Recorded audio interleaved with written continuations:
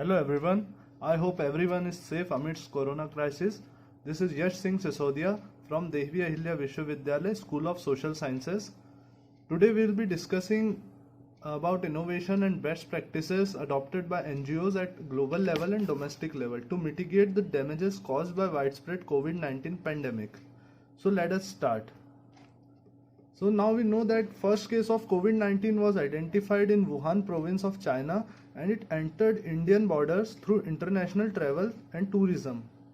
So as the cases are rapidly increasing day by day, so it's not possible for single institution like government to look after and manage such broad level planning and execution to implement the novel ideas and mitigate the responses. Thus the role of NGOs and other social organizations become very important. So there are three main research problems, and the first one is continuous decline of NGOs and their fundings. So recently there was a survey conducted by Financial Service Group. They undertook survey on 18 CSR and 22 NGOs that shows upcoming 32 to 60% decline in NGOs funding in near future. The second issue is that a very little exploration done on problems of philanthropic organization and their role in future preparedness. So we took up that issue since it is less explored. And finally, the third one is that we are curious to know how big philanthropic institutions are developing their own ideal working mechanism, culture, and their unique methodology that can set examples for other organizations, specifically civil societies and NGOs. So our research objectives includes one is to identify the ongoing practices. Second is to analyze aspect of social service from multidimensional perspective and to increase the knowledge base so that study can become basis for future primary data studies on a broader level. And lastly, we have focused on practical suggestions on the basis of our studies. So our research design and research methodology includes the sources of data like World Health Organization latest data 2020, Ministry of Health and Family Welfare India's data, Shodh Ganga database, and official NGOs and philanthropies reports including both national and international. So as far as our procedure is concerned, this study is very descriptive in nature and it's purely based on secondary research analysis. Apart from this, the researcher also includes relevant literature like newspaper, journals and articles. Additionally, we focused on successful global practices in non-profit sector during COVID-19 pandemic, globally in general and for India in particular. So now the most affected section of society in India are identified by researcher, which includes internally displaced refugees and migrants, people below poverty line who lives in overcrowded settlement like Dharavi, Mumbai, and also people depending on daily wages like construction workers, women and children, person of old age with weaker immune system, and finally the young individuals who are staying out of their hometowns for studies and jobs purpose.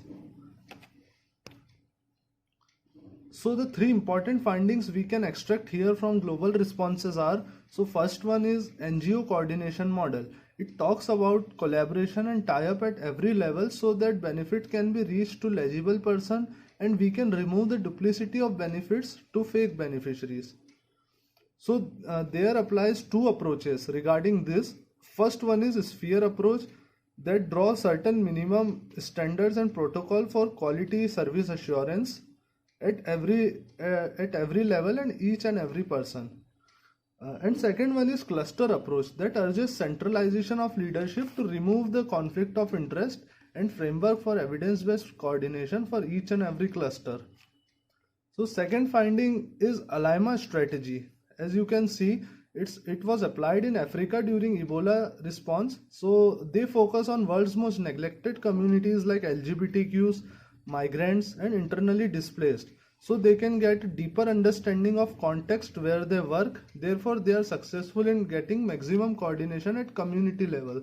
Further, if we look at NGOs in Ebola response, the local NGO assume very critical roles. After the analysis of that, It is also revealed that shortcomings and therefore generated key lessons for our future responses.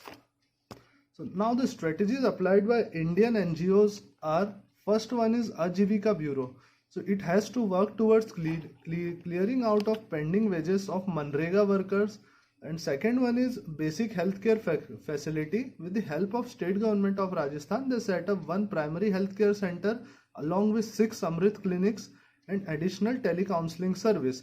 The other one is Hak Darshaks. They worked particularly for farmers, women and daily wage workers to establish bridge between government scheme of cash transfer and Ujjwala Yojana for free gas cylinders.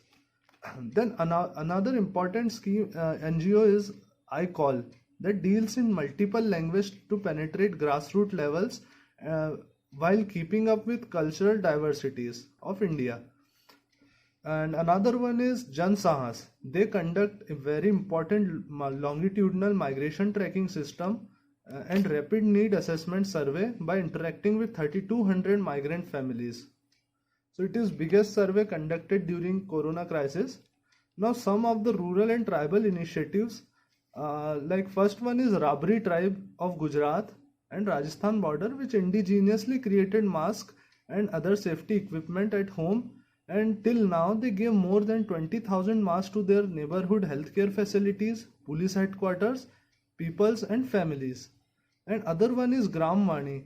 It is a social technical company that utilize interactive voice response and pre-recorded FAQ service to increase their accessibilities. Now at urban level we can see that there are NGOs such as Smile on Wheels, Sangam NGO, who works in Karnataka for non-English speaking genders and transgender person or sex workers. And another important one is HelpAge India, which focus specifically on older people. They work for adoption and rescue vehicles for senior patient in the time of emergency. So now to be precise, there are 4 ways in which philanthropy can help current situation. Now first is fulfilling the funding gap. Second is to encourage innovation. And third is to collaborate at community level. And fourth one is flexibility in fundings.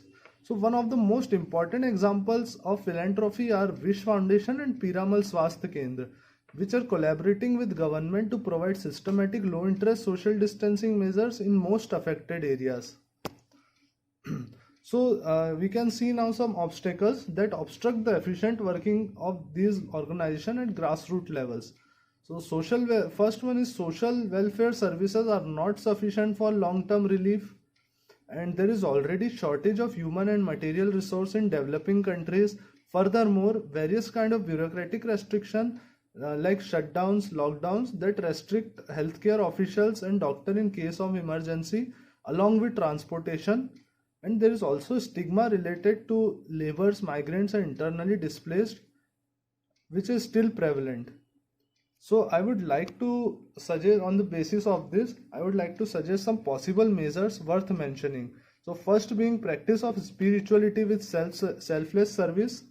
Then we can set up ad hoc policy for cash transfer to reduce the economic and mental stress. Further, we can provide every update in alternate language to deal with diversity of the people. And we should also promote and empower already existing NGOs, which will further increase the employment and educational opportunities. Also, additionally, we can set up organized monitor coordination to avoid duplicity of benefits to fake beneficiaries. So now today we consider the NGOs as 5th pillar of democracy. So their contribution is very important.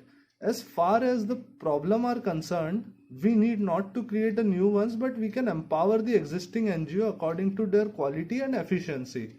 So what's next?